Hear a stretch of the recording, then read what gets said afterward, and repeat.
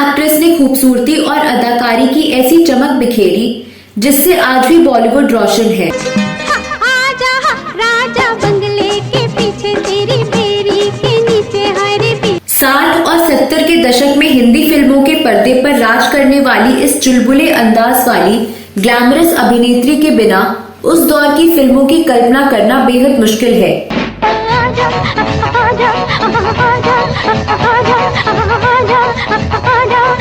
इस अभिनेत्री का नाम उन चंद सितारों में शामिल है जो भारतीय सिनेमा के आकाश में हमेशा जगमगाता रहेगा।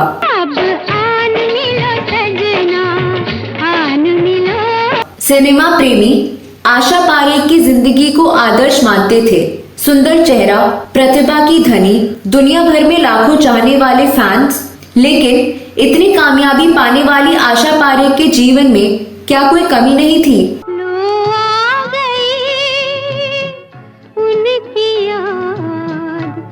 क्या वह सफलता के इस मुकाम पर पहुंचकर खुशी जीवन बिता रही थी?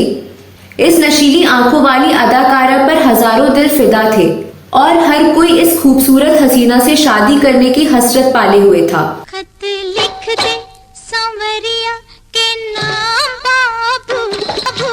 लेकिन हजारों दिलों की हसरत बनी यह अदाकारा फिर भी कुंवारी रह गई। इस वीडियो में मैं आपको इसी अदाकारा की कहानी बताने जा रही हूँ, तो आप बने रहिए हमारे साथ। आपने अगर हमारे चैनल क्लासिक एरा को सब्सक्राइब नहीं किया है तो तत्काल सब्सक्राइब कर लें।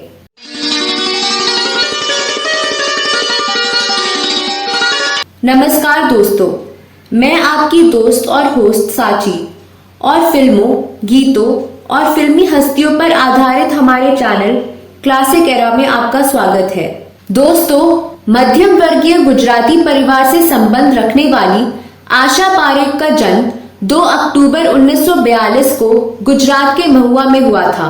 आशा पारेख के पिता हिंदू और माता मुसलमान थी। आशा पारेख का पारिवारिक माहौल बेहद धार्मिक था। मैं तुलसी तेरे आंगन की। विभिन्न धर्मों से संबंध होने के बावजूद उनके माता पिता साईं बाबा के भक्त थे। छोटी सी आयु में ही आशा पारेख भारतीय शास्त्रीय संगीत सीखने लगी थी। उन्होंने महज 10 साल की उम्र में आसमान फिल्म से बतौर चाइल्ड आर्टिस्ट अपने करियर की शुरुआत की। फिल्म में अपना करियर शुरू करते समय आशा पारेख ने शायद ही सोचा होगा कि एक दिन वह सफलता के उस मुकाम पर पहुंच जाएंगी जहां बड़े से बड़े एक्टर उनके साथ फिल्म करने को इच्छुक हों, लेकिन उनके पास ही समय ना हो।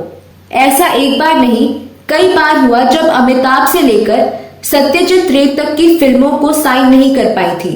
मैं तुझसे मिलने आई मंदिर जाने के बहाने।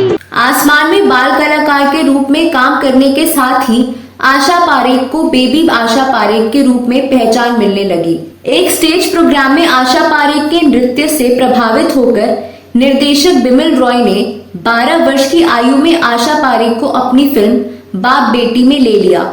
इस फिल्म को कुछ खास सफलता नहीं मिली। इसके अलावा उन्होंने और भी कई फिल्मों में बाल कलाकार की भूमिका निभाई, लेकिन गूंज उठी शहनाई के निर्देशक विजय भट्ट ने आशा पारेख की अभिनय प्रतिभा को नजरअंदाज करते हुए उन्हें फिल्म में लेने से इनकार कर दिया था। लेकिन अगले ही दिन फिल्म निर्माता सुबोध मुखर्जी और लेखक निर्देशक नासिर हुसैन ने अपनी अगली फिल्म दिल दे के देखो में आशा पारेख को शम्मी कपूर की नायिका के रोल में चुन लिया। यह बात साल 1959 की है और यही फिल्म आशा पारेख की डेब्यू फिल्म थी। इस वक्त आशा केवल 17 साल की थी।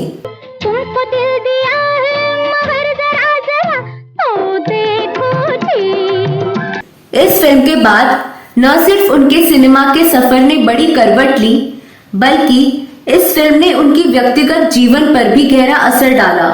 फिल्म के निर्देशक नासिर हुसैन के रूप में आशा को न सिर्फ एक अच्छा निर्देशक बल्कि एक अच्छा दोस्त भी मिल गया। धीरे धीरे दोनों के बीच काफी नजदीकी हो गई। नासिर हुसैन ने उन्हें अपनी अगली 6 फिल्मों में लीड रोल दिया। यह फिल्में थी जब प्यार किसी से होता है, फिर वही दिल लाया हूँ, तीसरी मंजिल, पहाड़ों के सपने, प्यार का मौसम और कारवां। इसके बाद खूबसूरत और रोमांटिक अदाकारा के रूप में लोकप्रिय हो चुकी आशा पारेख को निर्देशक राज खोसला ने उन्हें दो बदन, चिराग, मैं तुलसी तेरे आंगन की जैसी फिल्मों में एक संजीदा अभिनेत्री के रूप में स्थापित किया। तेरी आंखों के सिवा दुनिया में रखा। इसी सूची में निर्देशक शक्ति सामंत ने कटी पतंग और पगला कहिंका के द्वारा आशा पारेख की अभिनय प्रतिभा को और विस्तार दिया। फिल्म दिल दे के देखो में काम करने के दौरान ही आशा पारेख और नासिर हुसैन एक दूसरे को पसंद करने लगे थे। आशा पारेख और डायरेक्टर नासिर हुसैन के रिलेशनशिप में होने की भी काफी चर्चा चले थे, लेकिन जब आशा पारेख नासिर हुसैन के संपर्क में आई तब वह पहले से ही शादीशुदा थे और उनके दो बच्चे भी थे। आशा पारेख नासिर साहब से शादी करना तो चाहती थी, लेकिन वह नहीं चाहती थी कि दुनिया उन्हें होम ब्रेकर यानी घर तोड़ने वाली महिला कहे। इस बात के बारे में खुद आशा पारेख ने अपनी बायोग्राफी द हिट गर्ल में इसका जिक्र करते हुए कहा, नासिर हुसैन एक लौते आदमी हैं जिनसे मैंने प्यार किया था, इसलिए मैंने उन्हें अपनी बायोग्राफी में जगह दी। हम तुम्हारे लिए, तुम हमारे लिए हो। वह लिखती हैं कि उन्हें नासिर साहब के परिवार से बहुत प्यार था। नासिर साहब को पाने के लिए वह उनके घर को तोड़ना नहीं चाहती थी। वह नहीं चाहती थी कि दुनिया उन्हें घर तोड़ने वाली महिला कहे। यही वजह थी कि नासिर साहब की जिंदगी में आशा पारेख न आ सकी और ना ही कोई और उनकी जिंदगी में आ सका। बता दें कि नासिर हुसैन अपने समय के मशहूर डायरेक्टर थे। वह बॉलीवुड एक्टर आमिर खान के चाचा थे और मशहूर डायरेक्टर मंसूर खान के पिता थे। वह एक्टर इमरान खान के दादाजी थे।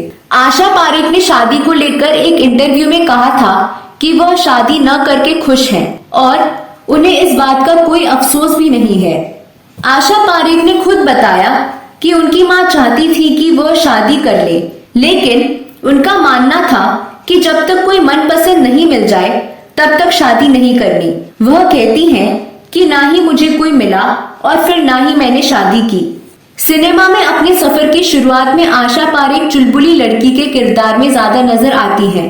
दरअसल वह अपने घर में भी किसी टॉमबॉय लड़की की तरह रहती थी और फिल्मों में भी उसी तरह के रोल प्ले करना आशा पारेख को पसंद था। इसके अलावा शुरुआत में उनको जो किरदार मिले उनमें परफॉर्मेंस का ज्यादा स्कोप नहीं था। हालांकि दो बदन, चिराग और कटी पतंग जैसी फिल्मों में सीरियस रोल प्ले कर उन्होंने साबित कर दिया था कि वह किसी भी तरह के अभिनय को करने में सक्षम है। इसके अलावा तीसरी मंजिल, लव इन टोक्यो, आन मिलो सजना, साजन और कारवां जैसी फिल्मों में उनकी अदाकारी की खूब सराहना हुई। कितना प्यारा वादा है हिम्मत वाली आंखों का। आशा पारेख को जब फिल्मों में सह अभिनेत्री और साइड हीरोइन का रोल मिलने लगा तो उन्होंने अभिनय से संन्यास ले लिया। इसके बाद आशा पारेख ने 1990 में गुजराती सीरियल ज्योति के साथ टेलीविजन निर्देशन के क्षेत्र में कदम रखा। आकृति नामक प्रोडक्शन कंपनी की स्थापना करने के बाद आशा पारेख ने कोरा कागज, पलाश के फूल, बाजे पायल जैसे सीरियल का निर्माण किया। आशा पारेख ने गुजराती और पंजाबी फिल्मों में भी अभिनय किया है। उन्हें 1970 में फिल्म कटी पतंग के लिए सर्वश्रेष्ठ अभिनेत्री का फिल्मफेयर अवार्ड मिला। साथ ही 1992 में पद्मश्री अवार्ड, 2002 में लाइफ टाइम अचीवमेंट अवार्ड, 2006 में भारतीय फिल्मों में उत्कृष्ट प्रदर्शन के लिए अंतर्राष्ट्रीय भारतीय फिल्म अकादमी सम्मान और भारतीय वाणिज्य और उद्योग मंडल महासंघ की ओर से लिविंग लेजेंड सम्मान मिला है। आशा पारेख ने केंद्रीय फिल्म प्रमाणन बोर्ड यानी CBFC के चीफ पद की जिम्मेदारी भी संभाली। इस पद पर रहते हुए भी आशा पारेख विवादों में बनी रही। आशा पारेख ने 1998 से 2001 तक CBFC चेयरमैन पद पर रहते हुए फिल्मों को लेकर कई अहम फैसले लिए। बैंडेड क्वीन फिल्म की सेंसरशिप को लेकर शेखर कपूर से उनकी खूब तनातनी चली। कुछ समय पूर्व एक फिल्म को लेकर पहलाज निहलानी के विवाद में आने पर आशा ने इंटरव्यू में कहा था कि किसी पद पर बैठे व्यक्ति को कुछ नियमों का पालन करना होता है जो जरूरी है। अपनी बायोग्राफी में आशा पारेख ने सत्यजीत रे के साथ काम न कर पाने पर भी अफसोस जाहिर किया है। उनकी बायोग्राफी के मुताबिक सत्यजीत रे ने अपनी फिल्म कंचनजंगा के लिए आशा पारेख से मुंबई में मुलाकात की थी, लेकिन उस समय दूसरे प्रोजेक्ट्स में व्यस्त होने के कारण वह फिल्म नहीं कर पाई थी। इस वीडियो में बस इतना ही। आशा पारेख के बारे में आप अगर कुछ अधिक जानकारी देना चाहते हैं तो कमेंट बॉक्स में अवश्य लिखें।